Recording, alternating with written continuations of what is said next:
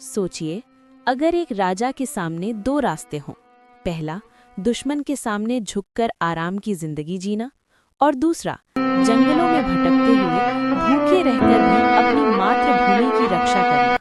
तो बताइए कि आप क्या चुनेंगे? इतिहास में एक ऐसा योद्धा हुआ जिसने दूसरा रास्ता चुना। उस योद्धा का नाम था महाराणा प्रताप। भारत के इतिहास में कई महान योद्धा हुए, लेकिन कुछ नाम ऐसे होते हैं जो सिर्फ इतिहास नहीं बनाते, बल्कि आत्मसम्मान की मिसाल बन जाते हैं।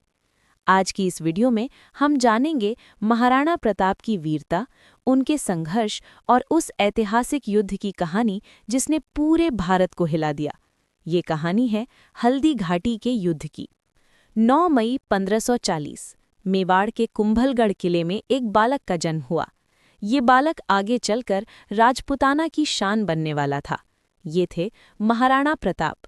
बचपन से ही प्रताप बेहद साहसी और दृढ़ निश्चयी थे। घुड़सवारी, तलवारबाजी और युद्ध कला में उनकी महारत उन्हें बाकी राजकुमारों से अलग बनाती थी। लेकिन उस समय भारत में एक शक्तिशाली साम्राज्य तेजी से फैल रहा था, मुगल साम्राज्य, जिसका शासक था अकबर। अकबर चाहता था कि पूरा भारत उसके अधीन आ जाए। कई राजपूत राजाओं ने उसकी अधीनता स्वीकार कर ली, लेकिन एक राजा ऐसा था जो झुकना नहीं चाहता था।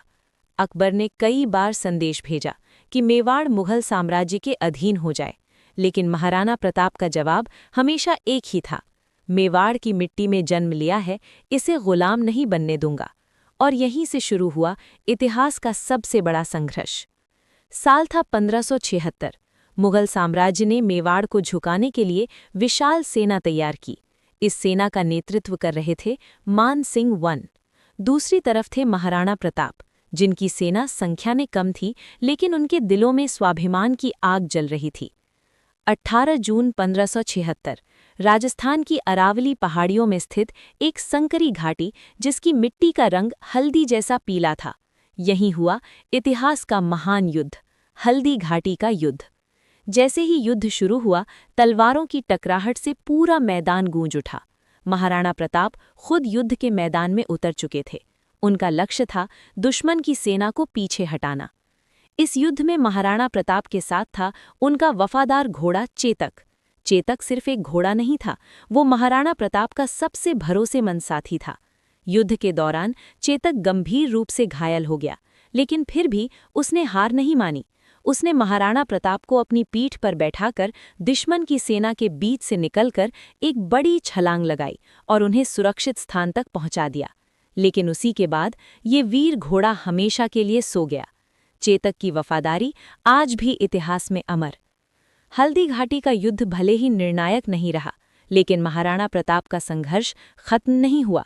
उन्होंने जंगलों और पहाड़ों में रहकर फिर से अपनी सेना तैयार की और धीरे धीरे मेवाड़ के कई हिस्सों को वापस जीत लिया। महाराणा प्रताप सिर्फ एक राजा नहीं थे, वो स्वाभिमान की जीवित मिसाल थे। उन्होंने हमें सिखाया कि परिस्थितियां चाहे कितनी भी कठिन क्यों ना हों, अगर इरादे मजबूत हों तो कोई भी ताकत आपको झुका नहीं सकती। और यही कारण है कि आज भी इतिहास में महाराणा प्रताप का नाम गर्व और सम्मान के साथ लिया जाता है।